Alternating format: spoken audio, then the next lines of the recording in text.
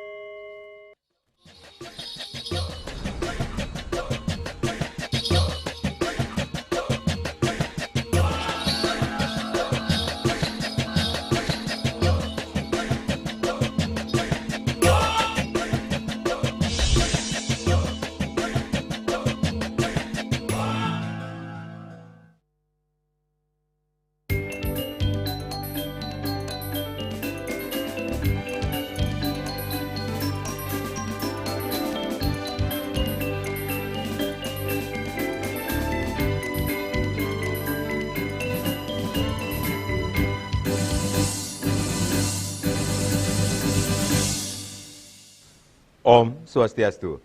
Pemirsa Bali TV seputar Bali kembali hadir dengan menyajikan sejumlah informasi di antaranya. Kenaikan pajak tak berimbas pada perbaikan infrastruktur. Gas LPG 3 kg langka, Polda Bali gerebek tempat pengoplosan.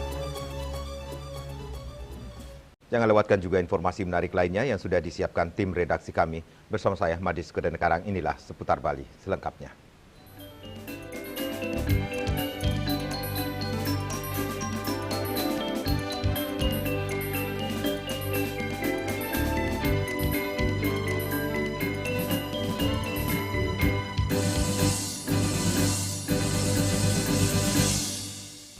Sejumlah daerah menaikkan pajak bumi dan bangunan perdesaan dan perkotaan atau PBB P2 secara signifikan untuk mendongkrak pendapatan asli daerah PAD.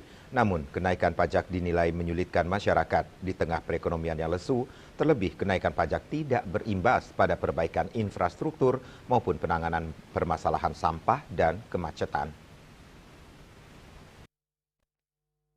Hal tersebut disampaikan akademisi Universitas Warmadewa yang juga selaku pengamat ekonomi Putu Murah Suyatniyase. Ia menilai kenaikan pajak bumi dan bangunan perdesaan dan perkotaan atau PBB P2 memberatkan dan membebani masyarakat, terlebih kenaikan pajak tidak diimbangi dengan perbaikan fasilitas publik seperti perbaikan trotoar, jalan, serta penanganan sampah dan kemacetan. Untuk itu pihaknya menyarankan kenaikan PBB harus dikaji ulang dan penetapan NJOP tidak terlalu tinggi. Penetapan NJOP diharapkan lebih bijak sebagai upaya melindungi para pengusaha mengingat banyak masyarakat yang baru memulai usaha dan masih dalam masa pemulihan ekonomi akibat pandemi COVID-19. Selama ini kan kita lihat tidak terlalu banyak ya. Buktinya infrastruktur juga masih banyak dikeluhkan masyarakat kan di seluruh Bali kan. Jadi daerah pariwisata juga banyak yang infrastrukturnya juga kurang memadai. Padahal tujuan daripada pengenaan pajak itu khususnya termasuk PBB itu nantinya intinya itu kan diserahkan kembali kepada masyarakat dalam bentuk pembangunan infrastruktur ya untuk mendukung kegiatan-kegiatan publik gitu. Jadi untuk meningkatkan kesejahteraan. Kan itu intinya. Nah, itu idenya memang seperti itu.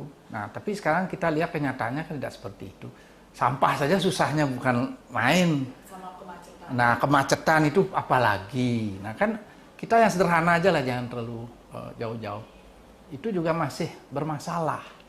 Di daerah pariwisata juga masih banyak ada trotoar yang sering di-upload di nah itu di Facebook kan, jalan-jalan juga masih banyak yang perlu disempurnakan, diperbaiki gitu. Selain itu, kenaikan pajak juga berdampak secara ekonomi dan sosial, di antaranya menurunnya daya beli masyarakat serta berimbas pada kepatuhan pajak. Kenaikan pajak secara mendadak dapat menurunkan kepatuhan sukarela masyarakat dalam memenuhi wajib pajak. Sukma, Bali TV. Pemirsa, pasokan beras premium di sejumlah pasar dan toko di Denpasar mengalami kelangkaan selama sebulan terakhir. Situasi ini membuat para pedagang eceran kewalahan mencari stok, sementara distributor harus membatasi jatah kiriman kepada mereka.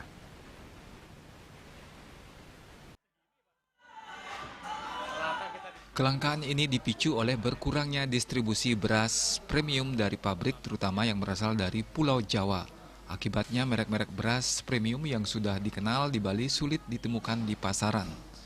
Beberapa distributor beras di Denpasar mengakui adanya penurunan pasokan. Denny, seorang pimpinan toko grosir beras Kristal, mengatakan bahwa pengiriman beras yang ia terima telah berkurang drastis. Kalau untuk Kristal sebenarnya dalam kondisi normal, Pak. Cuma mungkin suplainya yang berkurang ya dari segi beras-beras yang ada sekarang.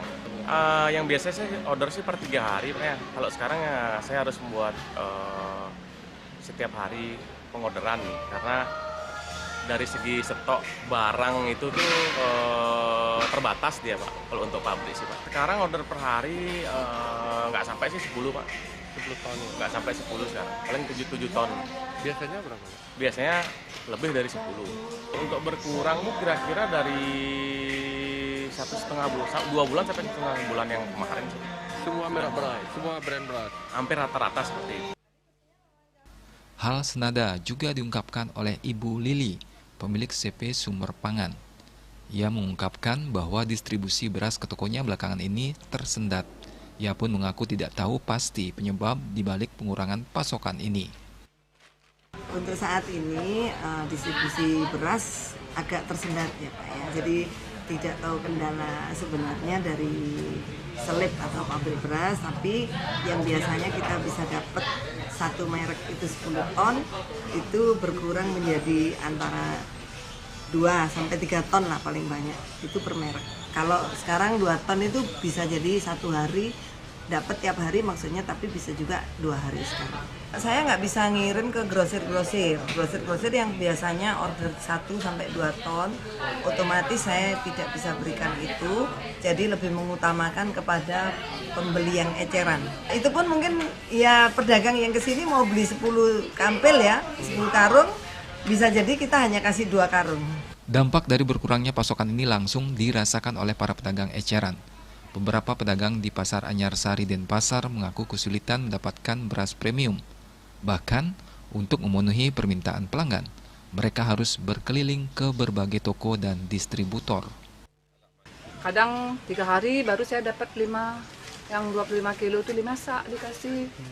Itu kan dijatah sama dia juga. Kadang saya nyari di tempat lain juga, gitu juga sama, Sumber Pangan sama. Kemarin dikasih 5 sak gitu.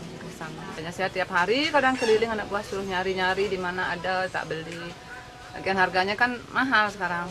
Kalau di Kristal saya belinya 375, kalau di luaran sudah tangan kedua 380 dia masih. Kalau Ibu jual sini berapa, Bu? 385. Pedagang lain Wayan Sukari juga mengaku merasakan hal yang sama. Langka bahasa sangat bahas. Medis kemana di Kristal di pidan kuat kamu sangat do. Awi jani senawanya kok kamu. Baik distributor maupun pedagang eceran berharap pasokan beras premium dari pabrik bisa kembali normal secepatnya agar aktivitas jual beli bisa berjalan lancar dan kebutuhan masyarakat akan beras premium tetap terpenuhi. Indrawan, Bali TV. Program Gubernur Bali terkait Satu Keluarga Satu Sarjana sudah mulai berjalan di tahun ajaran 2025-2026. Bahkan kampus yang ditunjuk sebagai penyelenggara program sudah mulai membuka pendaftaran.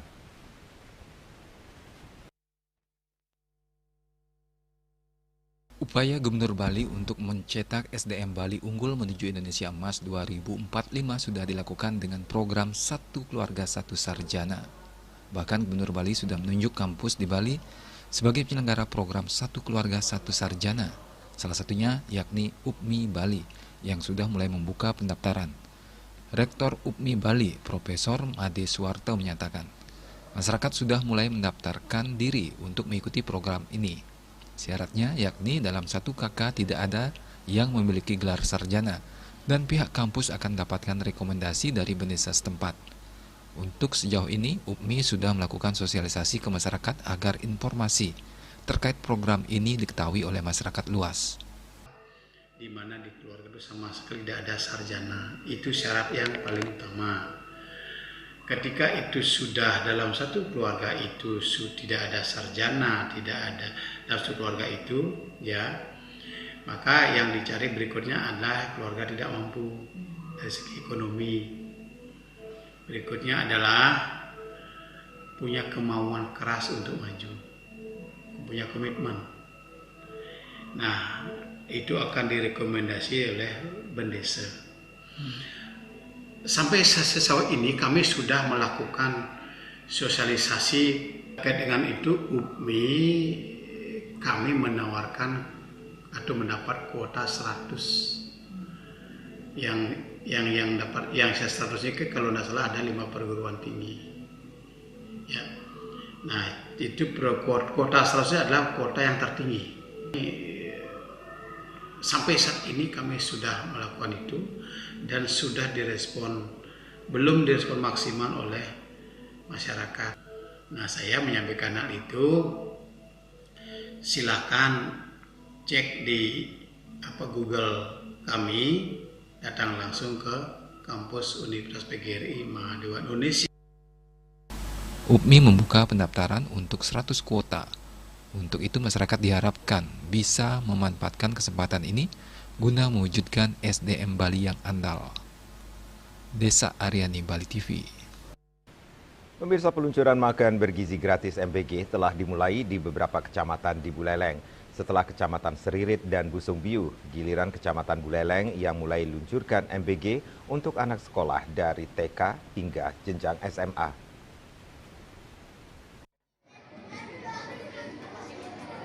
Ketut Ngurah Arya Krisna menjelaskan terkait angka kecukupan gizi yang terkandung pada makanan telah disesuaikan oleh ahli gizi yang senantiasa siaga di masing-masing SPPG. Untuk itu ia menambahkan bahwa angka kecukupan gizi per ompreng atau kotak makanan bagi para siswa berbeda dari anak PAUD, SD kelas 1, 2, 3, kelas 4, 5, 6, SMP dan SMA tentu berbeda. Jumlah karbohidratnya, begitu pula pencapaian kalorinya telah disusun sesuai kebutuhan masing-masing. Disusun oleh ahli gizi yang standby di masing-masing SPPG.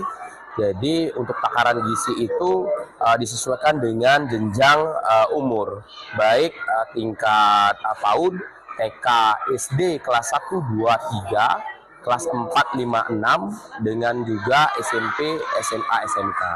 Nah, ini tentunya berbeda berapa jumlah. Sementara anggota DPR RI dari Dapil Buleleng Tuti Kusuma Wardani menyebut dengan adanya MBG, uang yang beredar di Provinsi Bali mencapai 2 triliun per tahun untuk perputaran ekonomi yang ada di Bali. Yang di desa-desa dia lebih gampang, tapi mungkin yang di kota dia harus mencari suppliernya sendiri. Disinilah nanti manfaat. Ia menambahkan, dalam kunjungannya pada peluncuran MBG di Buleleng, sangat senang melihat antusiasme siswa menerima MBG dan banyak siswa menjadi bersemangat untuk ke sekolah. Yasri Yuli, Bali TV.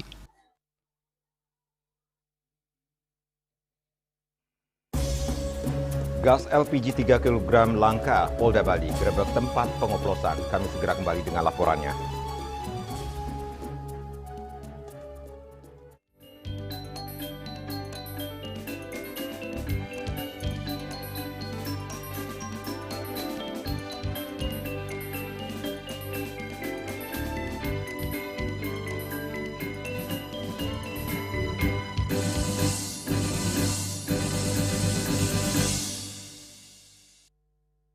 lambung apa 4 terobosan yang terbaik? Ridho! Seger-seger luwak white coffee. Luwak white coffee less sugar dulu. Wah. Luwak white coffee less sugar dibuat dengan susu rendah lemak, rendah gula, rendah kalori. Menangkan 5 tiket nonton langsung Piala Dunia. Kirim 5 bungkus kopi luwak apa saja. Foto dan upload ke sosial media tag Kopi Luwak Official. Buruan kirim, pemenang akan segera dipilih. Luwak white coffee, rendah gula, nyaman diminum. Emco, cat kayu dan besi.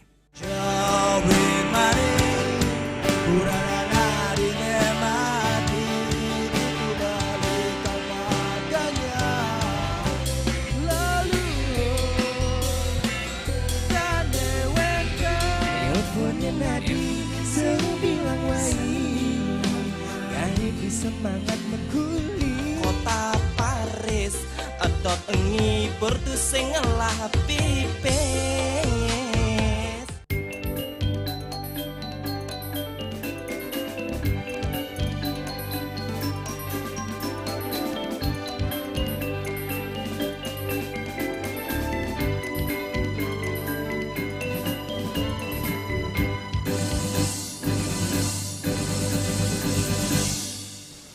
Pemirsa, menyikapi kelangkaan gas LPG 3 kg di Bali, Direktorat Reskrimsus Polda Bali langsung terjun dan menggerebek sebuah tempat pengoplosan gas LPG di wilayah Desa Tibu Beneng, Kecamatan Kuta Utara, Kabupaten Badung.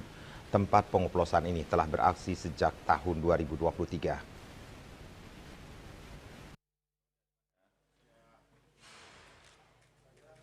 Simplicius Anggul alias Simin 39 tahun asal Manggarai NTT diamankan pihak kepolisian. Pria yang tinggal di Jalan Raya Padonan, wilayah Banjar Damo, Desa Tibu Beneng, Kuta Utara, Badung telah melakukan aksi pengoplosan gas LPG 3 kg yang bersubsidi ke tabung gas 12 kg. Menurut Wadir Reskrimsus Polda Bali, AKBP Nengah Sadiarte, awalnya tim Ditreskrimsus Polda Bali melakukan penyidikan terkait adanya kegiatan pengoplosan gas LPG di wilayah Kuta Utara. Sekira pukul 9.45 WITA di Jalan Seminari 1, petugas melihat seseorang sedang bolak-balik mengangkut beberapa buah tabung gas LPG ukuran 3 kg dari sebuah rumah. Kemudian petugas menghampiri orang tersebut meminta izin untuk masuk ke rumahnya.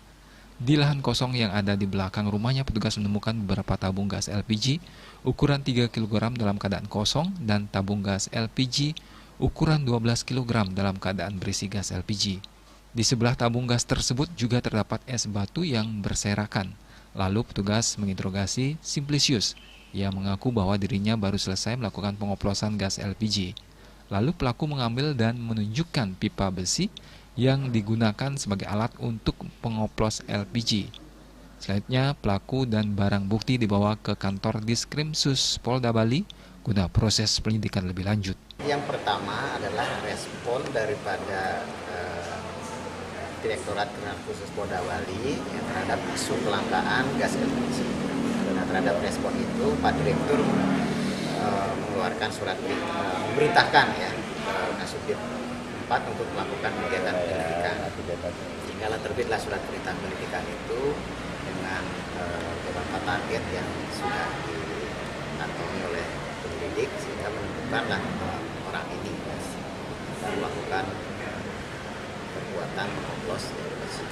Pengakuan pelaku membeli gas LPG ukuran 3 kg dari seseorang yang berinisial LCR yang tinggal di daerah Sangeh, Kabupaten Badung dengan harga Rp23.000 dalam sekali pembelian sebanyak 50 tabung. Lalu di TKP gas LPG dalam tabung 3 kg tersebut dipindahkan isinya, dioplos ke dalam tabung gas LPG ukuran 12 kg. Pelaku menjual gas LPG ukuran 12 kg hasil oplosan ke toko, warung yang ada di seputaran wilayah Kuta Utara dengan harga Rp175.000 per tabung. Pelaku melakukan kegiatan pengoplosan gas LPG sejak tahun 2023 dengan rata-rata mendapatkan keuntungan Rp10 juta. Pelaku dijerat pasal 55 Undang-Undang Republik Indonesia Nomor 22 Tahun 2001 tentang minyak dan gas bumi sebagaimana telah diubah dalam pasal 40 angka 9 Undang-Undang Nomor 6 Tahun 2023 tentang penetapan peraturan pemerintah pengganti Undang-Undang Nomor 2 tahun 2022 tentang Cipta Kerja menjadi undang-undang dengan ancaman 6 tahun penjara dan denda paling tinggi 60 miliar rupiah.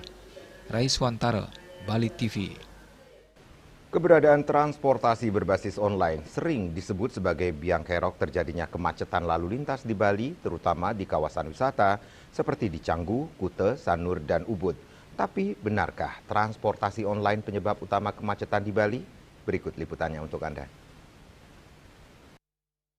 Kemacetan lalu lintas merupakan pemandangan sehari-hari yang bisa ditemui di sejumlah ruas jalan di Kota Denpasar dan di kawasan pariwisata seperti di Kuta, Canggu, Sanur, hingga Ubud.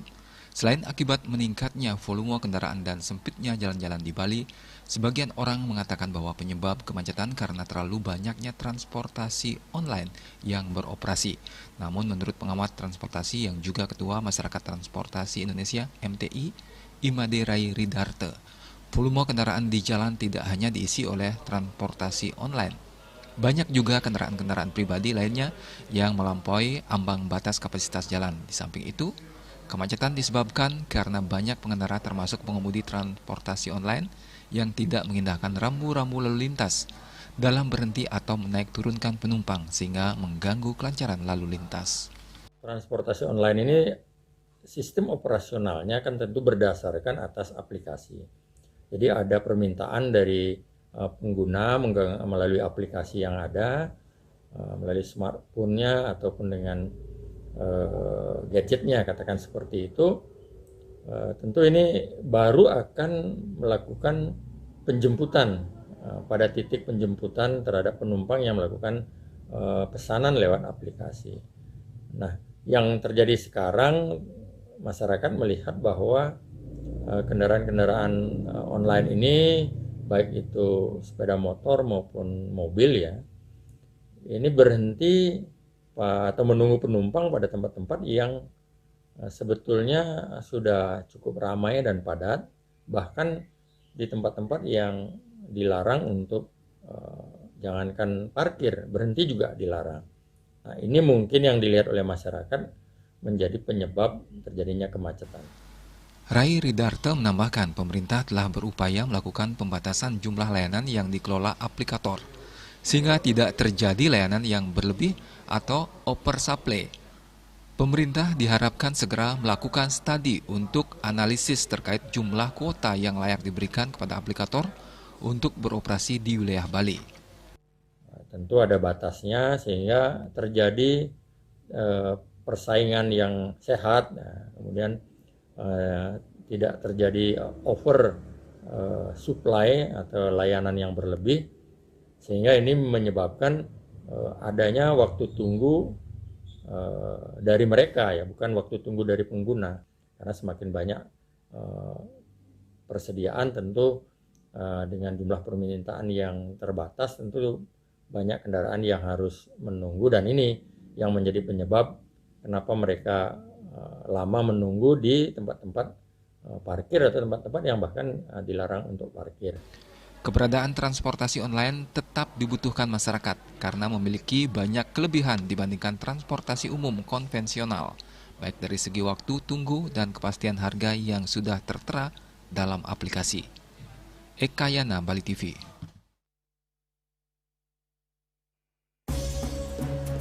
Kami akan segera kembali dengan informasi. Banyak lulusan perguruan tinggi pilih-pilih pekerjaan dan mengabaikan sektor informal.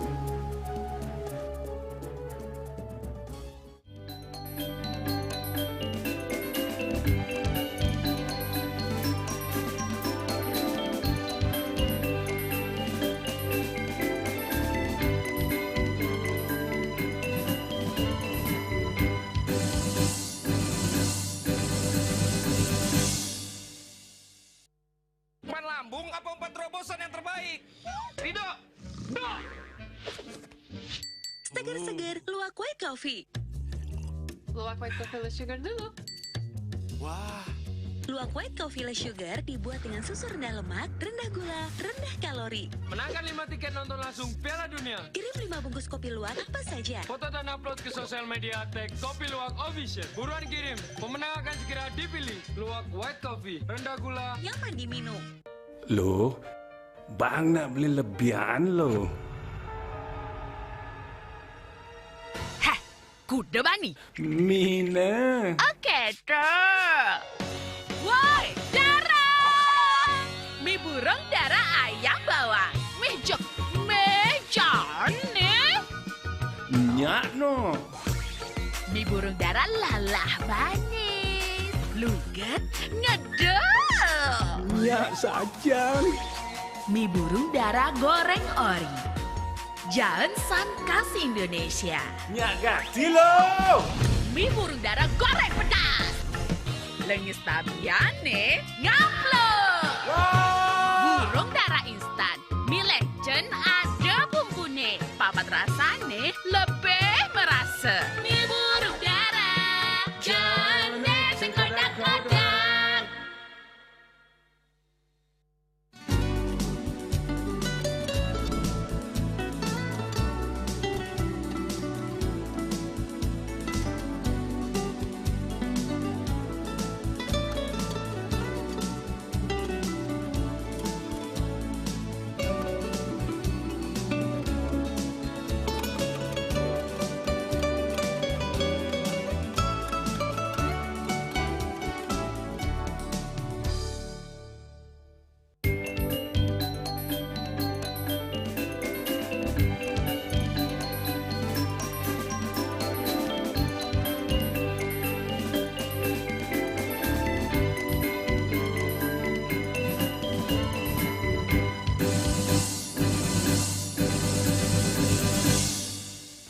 Rektor Universitas Saraswati, Dr. DRS Imade Sukamerta berpendapat data BPS yang menunjukkan jika lulusan perguruan tinggi di Bali menjadi penyumbang terbanyak pengangguran tidak sesuai dengan situasi yang terjadi di lapangan.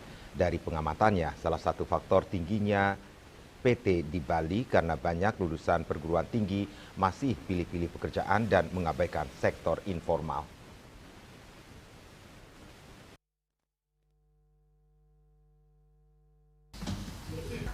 Berdasarkan data BPS Provinsi Bali, jumlah pengangguran di Bali per Februari 2025 sebanyak 43.130 orang. Jumlah ini turun sebanyak 7.550 orang dari 48.676 pada tahun 2024. Dari jumlah tersebut, tingkat pengangguran terbuka TPT Provinsi Bali pada Februari 2025 sebesar 1,58% atau 43.130 orang. Angka ini turun 0,29% dibandingkan Februari tahun 2024 sebesar 1,87% atau 50.680 orang. Tren penurunan TPT disinyalir terjadi sejak Agustus 2020. Jika dilihat berdasarkan pendidikan tertinggi yang ditamatkan oleh Angkatan Kerja, TPT Agustus 2024 tertinggi pada jenjang pendidikan Diploma 1, 2, dan 3 sebesar 3,40% dan terendah pada TPT dengan jenjang pendidikan SMP ke bawah yang tercatat sebesar 1,32%. Rektor Universitas Saraswati, Dr. DRS Imade Sukamerta MPD berpendapat data BPS yang menunjukkan jika lulusan perguruan tinggi di Bali menjadi penyumbang terbanyak pengangguran tidak sesuai dengan situasi yang terjadi di lapangan. Dari pengamatannya, salah satu faktor masih tingginya TPT di Bali sebab banyak lulusan PT masih milih-milih pekerjaan dan mengabaikan sektor informal. Padahal mereka sudah dibekali ilmu kewirausahaan. Kata dia, sudah saatnya lulusan perguruan tinggi tak lagi milih-milih pekerjaan. Selain itu, dirinya juga menghimbau bagi calon tenaga kerja Bali untuk mengasah terus kompetensi sesuai tuntutan dunia industri dan kembangkan kreativitas dalam dunia usaha. Dan kita juga harus objektif melihat bahwa memang kalau kita lihat pengangguran itu masih cukup banyak dan itu kadang-kadang sering ditudingkan kepada perguruan tinggi yang mencetak sejenak pengangguran. Padahal itu salah, tidak bisa sebenarnya. Karena kalau kita amati generasi muda Bali ini, kita terus terang saja karena juga boleh dikatakan mereka itu memilih-milih pekerjaan. Malah kita mendidik mereka menjadi sarjana dan kita berikan juga soft skill supaya mereka itu konsepnya untuk ke kuliah mendapatkan gelar S1 itu tidak mesti harus mencari pekerjaan formal. Pekerjaan dimanapun, bila perlu kita harapkan mereka itu supaya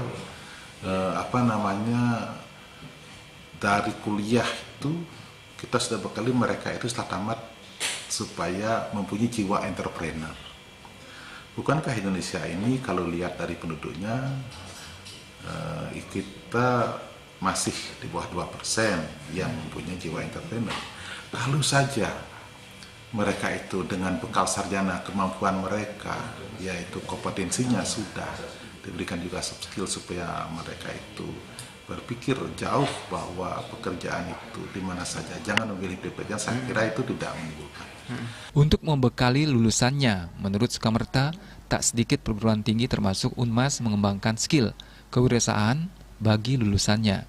Selain itu, penguasaan bahasa asing juga menjadi salah satu bekal penting untuk dapat bersaing di dunia industri dalam dan luar negeri. Ari Wiratmaja, Bali TV.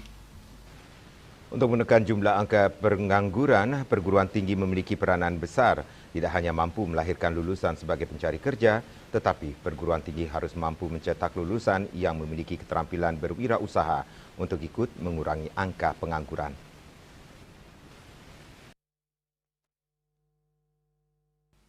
Jumlah pencari kerja di Bali terus meningkat setiap tahun, namun ketersediaan lapangan kerja tidak bertambah seimbang. Kondisi ini menimbulkan kompetisi yang semakin ketat di pasar kerja, terutama bagi lulusan baru yang masih beradaptasi dengan dunia usaha dan industri. Kesenjangan antara kompetensi pencari kerja dengan kebutuhan industri memperburuk situasi. Ketidakseimbangan antara jumlah pencari kerja dan lapangan kerja yang tersedia pada akhirnya menciptakan persaingan tinggi dengan daya saing rendah. Melihat kondisi demikian, perlu dilakukan peningkatan daya saing sumber daya manusia Bali melalui pendidikan, salah satunya diwujudkan dengan peranan perguruan tinggi dalam mencetak lulusan yang berkualitas. Perguruan tinggi sebagai pencetak sumber daya manusia yang unggul tidak hanya berorientasi mencetak lulusan berorientasi pada pencari kerja, tetapi bagaimana mencetak lulusan yang memiliki kemampuan soft skill, yaitu berwirausaha, menciptakan lapangan kerja sendiri, sehingga harapan bisa berkontribusi dampak pada mengurangi angka pengangguran. Jangan sampai sarjana yang dihasilkan ini menjadi pengangguran, sehingga akan mencetak pengangguran. Sehingga diberikanlah soft skill, terutama yang berkenaan dengan kewirausahaan. Harapannya adalah pada saat nanti mereka menjadi sarjana atau belum menjadi sarjana, mereka sudah bisa menjadi pelaku-pelaku usaha. Sehingga tidak semata-mata nanti mencari kerja, tetapi bisa menciptakan kesempatan kerja, khususnya bagi dirinya sendiri. Apalagi kalau bisa nanti menyerap dari teman-temannya atau dari orang lain. Selain itu, untuk mengatasi persoalan ini, kebijakan Link and Match terus digencarkan guna menyelaraskan kurikulum pendidikan dengan kebutuhan industri, sehingga pencari kerja dapat memiliki keterampilan sesuai tuntutan pasar dan lebih siap menghadapi kompetisi kerja. Yana, Bali TV.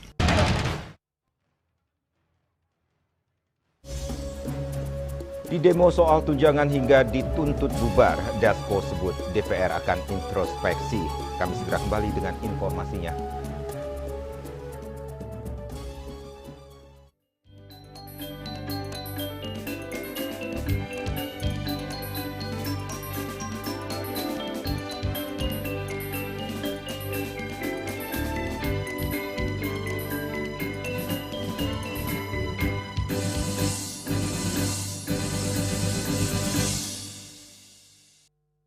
Lambung apa umpan terobosan yang terbaik? Rido! Seger-seger, luwak white coffee. Luwak white coffee less sugar dulu. Wah. Luwak white coffee less sugar dibuat dengan susu rendah lemak, rendah gula, rendah kalori. Menangkan 5 tiket nonton langsung Piala Dunia. Kirim 5 bungkus kopi luwak apa saja. Foto dan upload ke sosial media tag Kopi Luwak Official. Buruan kirim, pemenang akan segera dipilih. Luwak white coffee, rendah gula, nyaman diminum. Cat Color dengan daya sebar yang luas, cepat kering, dilengkapi 39 pilihan warna. Kualitas dijamin terbaik. Cat Color, harga ekonomis.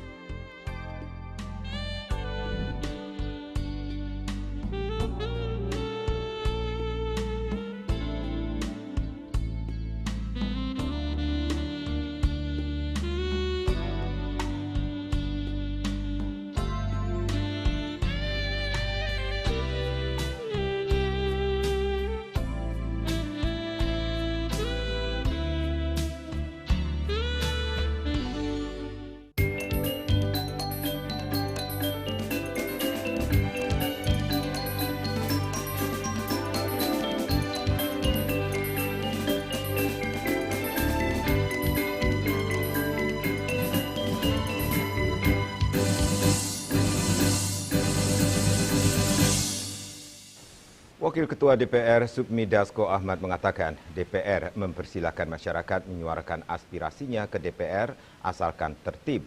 Hal itu disampaikan Dasko menanggapi pecahnya demo di sekitar gedung DPR pada Senin 25 Agustus 2025. Dasko mengatakan apa yang disampaikan massa akan menjadi bahan introspeksi bagi DPR RI.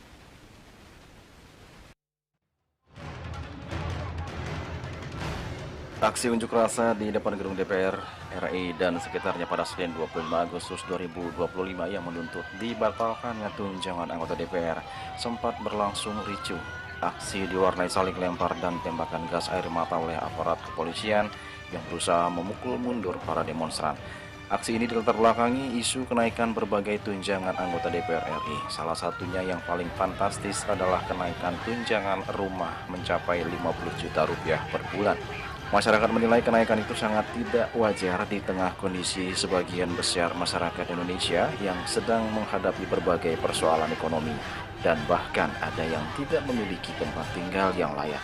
Dalam aksi unjuk rasa yang berujung ricuh tersebut, massa tidak saja menuntut pembatalan tunjangan anggota DPR, tetapi juga menuntut agar DPR dibubarkan karena kinerjanya dinilai buruk dan tidak mewakili rakyat.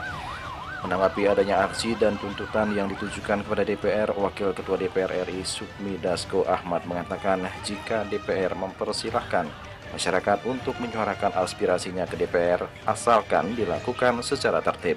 Dasko juga mengatakan apa yang disampaikan masyarakat dalam demo pada Senin 25 Agustus akan dijadikan bahan introspeksi bagi DPR. Ya, pada dasarnya kan kita menghormati hak untuk berserikat, berkumpul dan menyatakan pendapat dan tentunya menyuarakan aspirasi kepada DPR RI kita akan terima dengan baik dan kita akan lakukan juga introspeksi ke dalam. Namun kami himbau kepada para yang masyarakat maupun adik-adik yang menunjukkan aspirasi ke DPR agar tertib dan melalui aturan yang berlaku. Kenaikan tunjangan anggota DPR menjadi polemik di tengah kondisi hidup masyarakat kecil yang kian terdesak oleh berbagai permasalahan ekonomi. Berikut adalah beberapa tunjangan yang diterima oleh para wakil rakyat. Di antaranya ada tunjangan jabatan yang nilainya bervariatif antara ketua, wakil ketua hingga anggota DPR, yakni mulai dari 9 juta hingga 19 juta rupiah. Selain itu ada juga tunjangan PPh senilai 2,6 juta rupiah yang dibebankan ke kas negara. Selanjutnya ada tunjangan komunikasi mulai dari 15 hingga 16 juta rupiah. Ada juga tunjangan bantuan listrik dan telepon senilai 7,7 juta dan tunjangan perumahan yang paling memantik kemarahan publik yang nilainya mencapai 50 juta rupiah per bulan. Juli Suwarti dan Ketua Sumadiase melaporkan. Wakil Ketua DPR RI Supmi Dasko Ahmad menjelaskan ada mispersepsi terkait tunjangan rumah bagi anggota DPR RI senilai 50 juta rupiah per bulan yang menjadi polemik dan memancing kemarahan publik. Dasko menegaskan tunjangan rumah yang diberikan pada anggota DPR merupakan kompensasi dari tidak adanya lagi fasilitas rumah dinas yang diberikan pada anggota DPR pada periode 2024-2029. Dasko pun berdalih tunjangan sebanyak 50 juta rupiah per bulan hanya diberikan selama setahun, di mana total keseluruhan dana yang diterima nantinya akan digunakan untuk sewa rumah selama 5 tahun.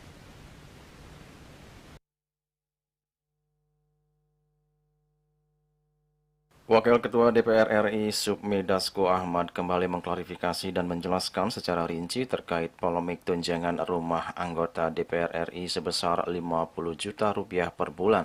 Dalam keterangannya, Dasko mengatakan bahwa ada informasi yang belum lengkap yang disampaikan ke masyarakat terkait tunjangan rumah tersebut, sehingga memicu kemarahan publik. Dasko lalu menjelaskan jika tunjangan rumah yang diterima anggota DPR sebesar 50 juta per bulan merupakan kompensasi dari tidak adanya lagi fasilitas rumah dinas yang diberikan kepada anggota DPR pada periode 2024-2029. Dasko pun berdalih dana sebesar 50 juta itu hanya akan diterima oleh anggota DPR selama 1 tahun ke depan terhitung mulai bulan Oktober 2024 hingga Oktober 2025. Total jumlah dana yang diterima selama setahun tersebut menurut Dasko nantinya akan digunakan untuk sewa rumah selama 5 tahun ke depan atau selama 1 periode masa jabatan anggota DPR. Jika itu benar, maka sesuai dengan keterangan Dasko, total nilai tunjangan rumah setiap anggota DPR RI mencapai 600 juta untuk satu periode masa jabatannya, atau selama 5 tahun. Guna memastikan hal itu, Dasko pun mengajak masyarakat untuk mengecek di bulan November nanti apakah angka 50 juta itu masih ada di rincian tunjangan yang diterima anggota DPR. Tahun 2024 itu juga anggarannya belum tersedia langsung, sehingga anggota DPR diberikan setiap bulan dari Oktober 2024 sampai dengan Oktober 2025 itu per bulan 50 juta yang nantinya akan dipakai kontrak untuk selama 5 tahun periode 2024-2029. Jadi saya ulangi bahwa anggota DPR itu mendapatkan tunjangan perumahan setiap bulannya 50 juta dari bulan Oktober 2024 sampai dengan bulan Oktober 2025, yang mana uang tersebut akan dipakai untuk kontrak rumah selama masa jabatan anggota DPR 5 tahun, yaitu selama 2024 dan sampai dengan 2029. Jadi setelah Oktober 2025, setelah bulan Oktober 2025, anggota DPR itu tidak akan mendapatkan tunjangan kontrak rumah lagi. Nah, jadi itu diangsur dari Oktober 2024 sampai Oktober 2025. Jadi setahun setiap bulannya 50 juta yang akan dipakai untuk biaya kontrak selama 5 tahun. Jadi nanti jikalau teman-teman melihat daftar tunjangan di bulan November 2025 itu yang 50 juta udah nggak ada lagi itu ya. Mungkin memang penjelasannya kemarin kurang lengkap, kurang detail sehingga mungkin menimbulkan polemik di masyarakat luas. Jadi memang karena anggarannya tidak cukup untuk diberikan sekaligus sehingga diangsur selama setahun, itu juga untuk keperluan kontrak rumah anggota DPR selama 5 tahun.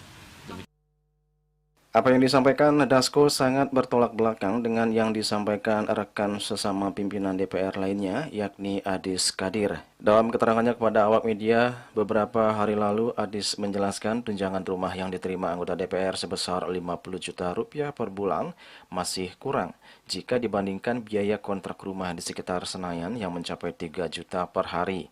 Adis menyebut dengan dana 50 juta, anggota DPR masih harus merogoh kocek sendiri untuk sewa rumah alias nombok. Kalau di sekitar sini kan ngontrak atau kita kos kan 3 juta per bulan, didapatkan 50 juta per bulan. Kalau kita 3 juta kita kalikan 26 hari kerja berarti 78 juta per bulan. Padahal yang didapat cuma sekitar 50 juta per bulan. Nah, jadi mereka masih nombok lagi. Nanti kita pikirkan, kalau memang masih dikira itu 50 juta terlalu besar, teman-teman kita himbau cari kos-kosan kira-kira yang 1 jutaan lah begitu. Mungkin yang kamar mandi di luar atau seperti apa gitu. Juli Suwarte dan Ketut Semadiasi melaporkan. Pemirsa jangan beranjak dulu, kami segera kembali dengan laporan Pura Tugu Cok Agung Tresna, tempat suci penghormatan terhadap pejuang mempertahankan kemerdekaan Indonesia.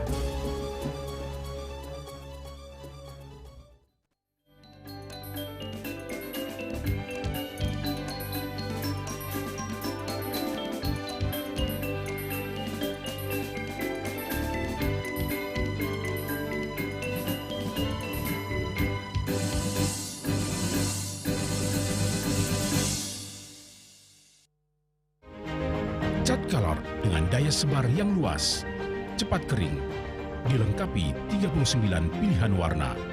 Kualitas dijamin terbaik. Cat Color harga ekonomis. Loh, Bang nak beli lebihan loh. Hah, kuda bang ni? Mina. Okey, truk. Woi, darah! Mi burung darah ayam bawang. Mejok, meja ni. Nyak no. Mi burung darah lalah manis. Lugat, ngedek. Nyak saja. Mi burung darah goreng ori. Jalan San khas Indonesia. Nyak gaji loh. Mi burung darah goreng pedas. Lengis tabiane ngaplo. Burung dara instan. Mie legend ada bumbune. Papat rasane lebih merasa. Mie burung dara. Jane sing kodak-kodak. Tingkat emisi global dari mobil adalah ancaman serius. Pencemaran udara, termasuk debu halus yang diakibatkan oleh mobil, dianggap sebagai masalah serius bagi masa depan kita. Mr. An Jong-sin, seorang presiden, sang penemu, mengembangkan teknologi melalui penelitian luas. Plaumai Eco adalah hasil akhir dari penelitiannya. Plaumai Eco adalah produk inovatif yang menciptakan lingkungan di mana penghematan bahan bakar antara 10 hingga 15% dan pengurangan emisi 50 hingga 70% mungkin tercapai. Mereka berkomitmen untuk terus berusaha mengurangi polusi udara di planet kita yang diakibatkan oleh mesin pembakaran dalam. Sebuah teknologi yang mengoptimalkan bahan bakar di mesin pembakaran dalam. Plaumai Eco. Setelah digunakan belt, mungkin seperti ini ya. Belt ini diikat kepada saringan bensin, saringan udara, dan ini masukkan ke bensin langsung, ya. Semudah itu? Semudah itu. Masa sih? Dan jadi hanya dimasukin? untuk sekali, untuk selamanya, tidak harus di-refill lagi, ya. Ini adalah salah satu kendaraan operasional. Terlihat kan bedanya? Nah, perubahannya kan? Signifikan ya, turunnya banyak ini. Kamu masih nggak percaya kan? Iya, apakah di motor juga bisa kayak gitu? Nah, Juga? ini nanti kita akan buktikan juga di motor ya. Nah, ini digunakan kembali di kendaraan motor yang besar ya, kapasitas tangkinya. Dan saya mendapat informasi, Karina, bahwa satu Plaumai Eco ini yang satu batang ini, itu sebetulnya untuk 10 liter satunya. Nah, ini kembali kita akan lihat nih, Karina. Ini yang sudah, ini akan dikenakan, dimasukkan ya, Plaumai Eco-nya. Ini berapa bar ya? Ini dua. Ini kurang lebih dicobanya 2 jam kemarin. Nah, ini sudah kurang lebih 2 jam nih.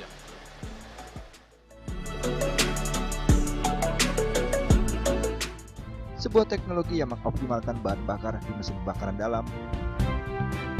Plaumai Eco.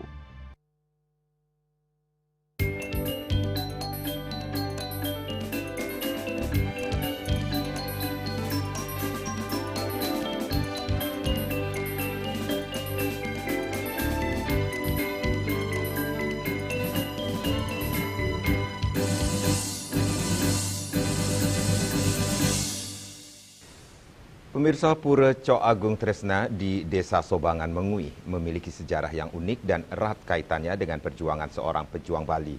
Pura ini didirikan bukan sebagai tempat pemujaan biasa, melainkan sebagai bentuk penghormatan dan pengingat akan jasa Kapten Anumerta Cokorda Agung Tresna, seorang pejuang kemerdekaan Indonesia.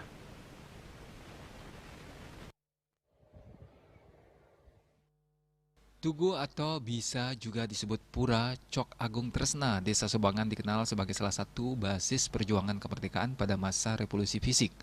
Markas besar Dewan Perjuangan Rakyat Indonesia MBD PRI Badung yang juga dikenal sebagai markas besar Pandawa berkedudukan di desa ini dipimpin oleh Cokorda Agung Tresna. Gugurnya sang pejuang Cokorda Agung Tresna gugur dalam pertempuran melawan tentara Nika atau Belanda di Desa Ayunan pada 29 Juni 1947 saat usianya masih sangat muda. Beberapa tahun setelah gugurnya Cokorda Agung Tresna, masyarakat Desa Sobangan mengalami sebuah peristiwa niskala atau gaib. Tiba-tiba sekitar tahun 1953, sebuah pohon enau kecil yang tumbuh di dekat Pura Puseh, Gunung Agung mengeluarkan bunga yang sama persis dengan bunga pohon enau dewasa. Kejadian ini dianggap sebagai pertanda spiritual dari arwah Cokorda Agung Tresna. Atas temuan tersebut, para tokoh veteran dan pemuka masyarakat kemudian mengadakan upacara memohon petunjuk secara spiritual atau niskala mengenai arti dari peristiwa tersebut. Mereka mendapatkan poisik atau bisikan gaib untuk membuat tugu atau pura sebagai bentuk penghormatan dan pengingat akan perjuangan beliau. Pura atau Tugu Cok Agung Tresna pun didirikan. Tempat ini menjadi simbol pengorbanan dan perjuangan, sekaligus menjadi pengingat bagi generasi penerus untuk selalu mengenang jasa para pejuang demi kemerdekaan.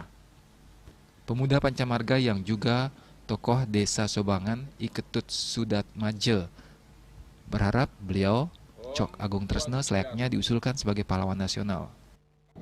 Kapten Anumerta Cok Agung Tresno, pejuang yang gagah berani, dilahirkan tahun 1926 di Puri Satrio Denpasar, dan beliau gugur 29 Juni 1947 tertembak oleh Nika di Desa Ayunan dalam mempertahankan kemerdekaan Republik Indonesia.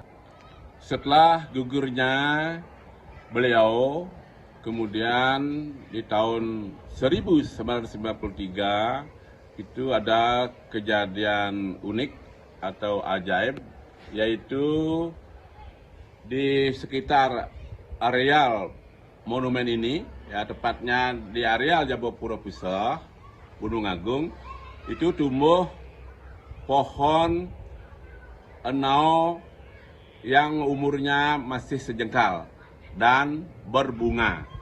Nah, keajaiban ini kemudian masyarakat desa Sobangan metun atau menelusuri secara niskala di Pura Pusah Gunung Agung, dan akhirnya didapat pewisik yang mana arwah Cok Agung Tresno supaya dibuatkan monumen atau tugu pahlawan di area tempat tersebut.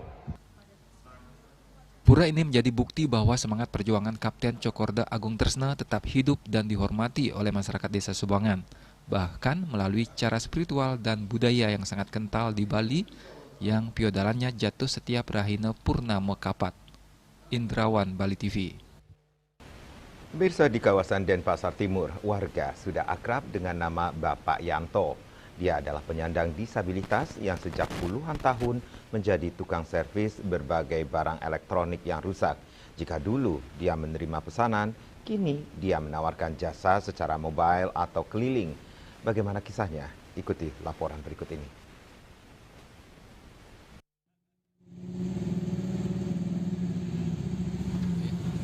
Yanto, bapak satu anak asal Banyuwangi ini sejak umur 12 tahun sudah menyandang disabilitas. Dia sempat jatuh saat bermain gendong-gendongan dengan teman sebayanya hingga kaki kirinya patah. Akibat kurang biaya pengobatan, kaki yang patah makin mengecil dan mengkerut hingga tak bisa berjalan sampai sekarang. Untuk menuju lokasi rumah warga, dia harus memakai 2 tongkat. Jika masyarakat menemukan Yanto, ia selalu membawa ransel di punggung yang khusus untuk tempat alat-alat yang digunakan melayani servis. Satu lagi modal utamanya adalah sepeda motor roda 3.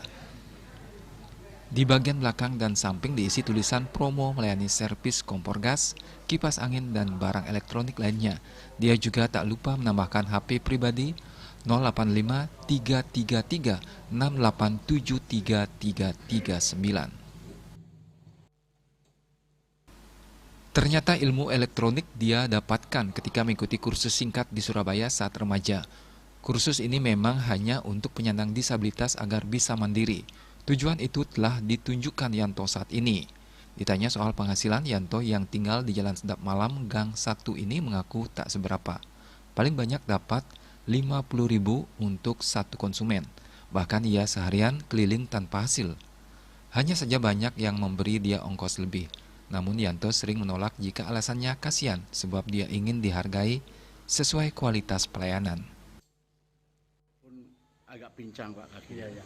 Saya dulu sekolah SD, tamatan SD, jadi sekarang untuk ambil kerjaan elektronik, saya kursus di Surabaya dulu. Jadi sekarang segala elektronik saya ambil Pak, karena saya kalau di Jawa itu istilahnya kalau punya sawah, kerja di sawah semua orang ya. Jadi kalau saya kan nggak bisa nyangkul, jadi yang saya ambil kerjaan kayak gini. Segala elektronik tak ambil Pak. Sejak kapan di Bali Pak bekerja? Sejak 97 Pak. 97 terus 2015 pulang. Setelah istri saya meninggal, saya kembali lagi ke Bali lagi. Berarti ibu hidup sendiri sekarang?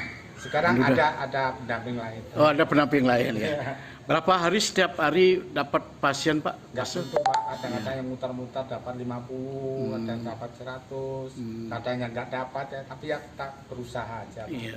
Bagaimana dengan pesaing Pak yang panggilan, tenaga panggilan itu Pak elektronik? Nggak ada masalah Pak, bersaing itu. Karena kita sudah kerjanya sendiri-sendiri, jadi Allah lah yang mengatur semuanya. Usia Yanto sudah senja, yakni 65 tahun, namun etos kerjanya luar biasa. Ini patut dicontoh anak muda Bali agar tak memilih-milih pekerjaan. Switch Bali TV. Dan kini kami sampaikan informasi perakiraan cuaca untuk kabupaten kota di Bali berlaku hari ini.